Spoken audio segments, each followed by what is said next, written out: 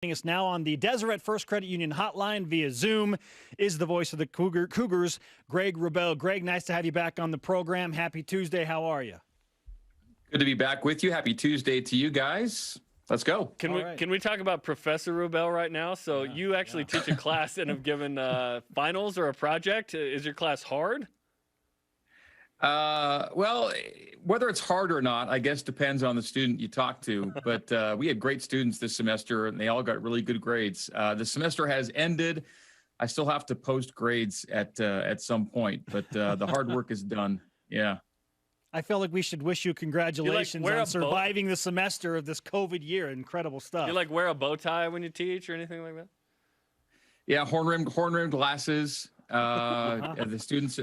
They place an apple on the desk every week. It's, that's how we roll. That's good. All right, Professor. We've been discussing this Super League movement in the world powers of soccer and how a 12-team conference is being formed. They're going to invite 3 others, and then there will be some other teams that get invited to a tournament. Is the college football edition of that, if we were to push that to NCAA football, a good idea for something like that? Would that benefit the game? And would it include a team like BYU if there was some upheaval like that? Yeah, I think it might benefit BYU, which is the only reason I'd like to see it happen. And really, you're not talking so much about like a Super League breakaway as more of a geographical football league of college institutions, a much larger number of teams than the smaller group we're talking about in Europe. And I think, that might be a little more, acceptable or justifiable or reasonable than I think what's happening in Europe right now. Because, ultimately what we want in sports is we want the meritocracy, right? We want results on the field to equate to success in other places or results in the arena, the venue to equate to success.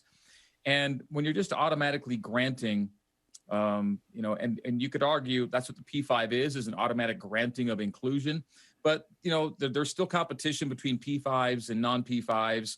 There's still an entry point for non-P5s to get the big bucks. There are some qualifiers there. So it's not quite as extreme as what they're talking about in Europe. But let me quote Pep Guardiola.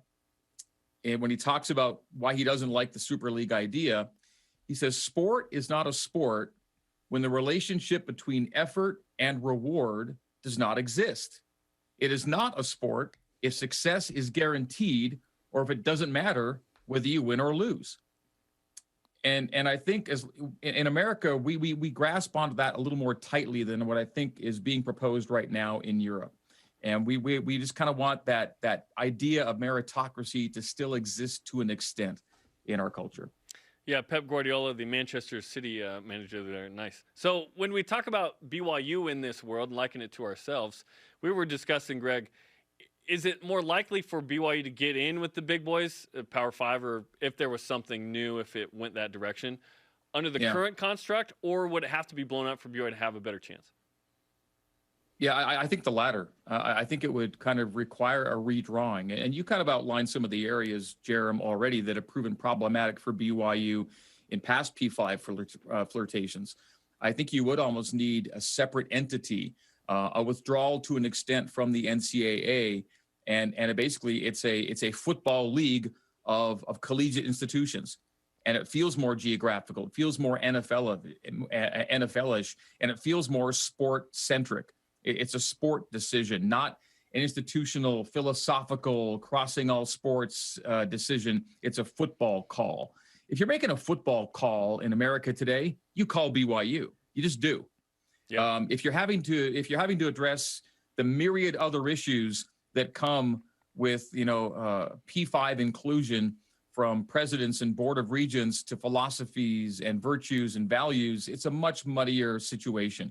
If you're talking about who's going to fill seats and attract eyeballs in a football conference, a grand, larger football conference, in this nation, I think you look to teams like BYU. Heck yeah. And when you think about who would be at the forefront of the power of this, I don't even think it's the NCAA, and I agree with you. I think it's ESPN. But would ESPN,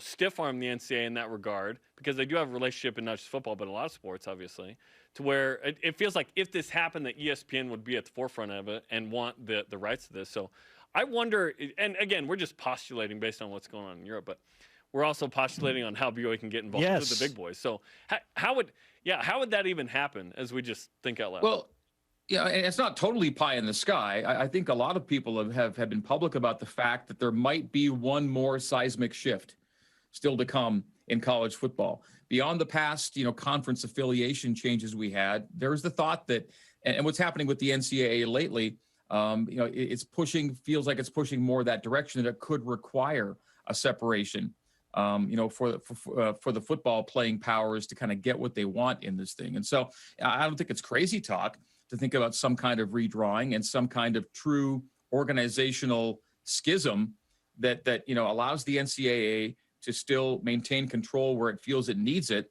and yet allow some leeway and some freedom to these football playing, bodies to make an organization. I mean, the NCAA is primarily, when it comes to funding, it's a basketball situation, right? The basketball tournaments fund pretty much everything else under the umbrella, and football's already been kind of separate, with the football, bowl association already kind of running the postseason. We're halfway there already. It wouldn't be too much of a break. It would be a break, there's no doubt, but you can already kind of see the hints at organizationally how this might work. Fun to speculate for sure, and interesting conversation. Greg Wrubell with us on BYU Sports Nation. Now for something that we feel like we have a more, better grasp on, and that is BYU football and their place, putting hopefully 4, 5, 6 players into the NFL in 2021. When you look at Zach Wilson and Brady Christensen, Greg, those guys are for sure. Maybe Kyrus Tonga after that, but then there's a lot of juggling in the air for teams 5th, 6th, 7th round. How many BYU football players do you expect to be taken in the 2021 NFL draft? Well, I guess I'd say I expect 3 and hope for more, right? Because I think those big 3 are kind of givens right now. With Zach and Brady and Kyrus. And then after that, because, once you get into 6th, 7th round projections, you could as easily be a free agent as you could be a late 6th rounder, depending on who's really interested in you. Maybe 4 is a more realistic possibility, thinking that one of those, 3 other guys are a 6th or 7th round call for sure. Then you might say, well, then you're good for 4. But I think 3 are locks, if you want to call them locks, and then everything else you kind of cross fingers on. BYU's had such a good tradition, and you could maybe say that teams have come to expect BYU to place good free agents in the league, that they sometimes feel that, well, if we don't get them here, we'll get them with a phone call when the draft ends. And then it becomes a game of chicken to see if the guy that you think you're going to get with the phone call is on enough radars in the 6th or 7th round, and how badly do you really want that guy at that stage. To men's hoops, Atiki Ali Atiki is signed and official with BYU. He provides a little bit of depth in the front court there for BYU. Still waiting to hear about Alex Barcelo and Matt Harms and potentially 3 open other scholarships. So it sounds like there's a lot of work to do. Joe Lunardi comes out and says second team out in the tourney, which is fun because we don't even know what roster BYU is going to have. But what do you think of what's ahead of BYU in the offseason here in hoops? Well, I'm excited to see what Coach Pope and the staff have in the pipeline. It seems like they construct things differently than it used to be here at BYU. There's a lot of short notice, flurry of activity type decisions, but we've seen how that can still result in a really solid and cohesive roster group, within a few months. And even after a COVID year in which you didn't have a typical offseason to truly refine and reform those relationships, BYU showed how it could, kind of reform the team from one year to the next and end up in a similar spot. And so we've already kind of seen, the MO and how it works and the results you get from it. So even if it gets late and you don't quite know who's there yet, I think there's every reason to trust that Coach Pope and his staff are going to come up with a good group that can, contend for that NCAA tournament spot. Whether or not you can contend for a WCC championship, depends on if, Gonzaga stops looking like Kentucky here all of a sudden and getting everybody they want. And that's really been the big shift here, right? The one constant you had with Gonzaga was the coaching. The coaching was always there. They were going to get coached up really well, and that the coaches would scour for some of the best unknown players out there, whether that's under the radar stateside guys or foreign guys or the transfer market. But Gonzaga's made the shift from the under radar, transfer heavy or foreign inclusions to now getting the guys they want out of high school. Yeah. The five stars and the blue chippers. That's the big shift, right? Gonzaga is now like any other national powerhouse in attracting the players they want. They can go get kind of whoever they want right now. And that's the big change. And BYU's in a league with that team. And they don't so much care about the players they're getting. So they don't care about gym sizes and Ken Pom ranks in the bottom half of the league, because they know that in non-conference, they're going to crisscross the country, play every big name and every big stage, and then they're going to play a few challenging games in league, and it's going to result in something close to a 1 seed and a one and done NBA situation if you're that good. You can get everything you want in Spokane, Washington right now, and that's the pitch that Gonzaga has been able to throw out there. Greg Wrubell with us on BYU Sports Nation. You're rocking that baseball gear. You got the Sailor Coug baseball jersey hanging behind you. The Batcats, I joked earlier, they need a hug, but that might be serious. They're coming off a really rough weekend. It's been, for the most part, a down season. So is there still hope for BYU baseball this season, Greg? If so, where can we find it? Where can the fans find hope that there is still something better out there? Well, we just mentioned Spokane. You can find it in Spokane this weekend. BYU plays Gonzaga in a 3-game set. Now, the Cougs are only 2 games back of the league-leading Zags in the loss column. Now, they're 5 back in the win column because the Zags have played 3 more games. But BYU gets a chance to, get back into the race, if you will, and it has to happen this weekend. The league-leading Zags, they get 3 games in Spokane. And again, you could make a pretty big jump in the loss column with a successful weekend. And the last week started okay, right? That win over Utah was encouraging. Disappointing what happened in Omaha. It's 1-run games again. It's moments. It's these handful of moments in games that are letting BYU down. And yet we've seen, on various occasions, the ability for this team to string good at-bats and strong innings and good support together. But, you're not seeing maybe enough support and enough clean play for a lot of strong performances on the mound. And it's a few clutch at-bats that have just been going by the wayside right now. But to me, again, if you're going to go back to the original question, this weekend is the weekend when things could really flip around. Big chance in Spokane. You almost need to sweep it, right, to get back where you want to be, but there's that chance. Yeah, that's coming up tonight from Miller Park, BYU baseball. So women's soccer. Oh, by the way, sorry. Dixie State first. So today's game is Dixie State at 4 p.m. Yep.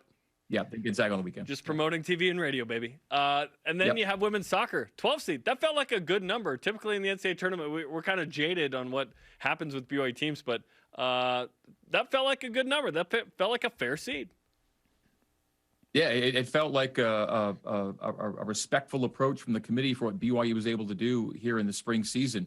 Now, presuming Virginia is going to get past SIU Edwardsville, Virginia is that tournament pedigree team that was a little bit out of sight, out of mind this spring. They did they did the bulk of their playing in the fall, but they ended up with 10 wins when you combine fall and spring. They only played 4 games in the spring, and they only played 2 games over like the last 6 or 7 weeks because of a bunch of cancellations. And so people are not quite sure what to make of Virginia, but that's a perennial, national power. This will be their 33rd NCAA tournament appearance. They were 3rd in the ACC. That's a tough second round draw for BYU. It feels a little bit like BYU basketball. They got UCLA right in the second round. Tournament pedigree team, a team that had already played a game. Virginia will have already played a game, so there's some similarities there in terms of what you get in the second round. It's quite a reward for the season BYU's had to draw someone like UVA, but this is a legit BYU team in every way and worthy of a seed and in a good spot, earning that first round bye. I just can't believe you've disrespected SIUE like that, Greg. I thought we'd have a matchup of the Cougars, but you've written them off at this point. No, it's not quite the write-off, but we have to say Virginia's favored to advance. Yes, it's true, but totally fair. Southern Illinois, University Edwardsville, never count them out, right? We've always said that. Hey, Greg, thanks for the time. Great to catch up with you. And you can listen to Greg tonight on BYU Radio, the Cougars, BYU Cougars Zap at 6 Eastern, 4 Mountain Time. We'll talk again soon, my friend. And they can watch you on the BYU TV app, right? That is correct. And in theory, you can do both. You can have a million devices on. You can switch us back and forth. Yeah, absolutely. No worries.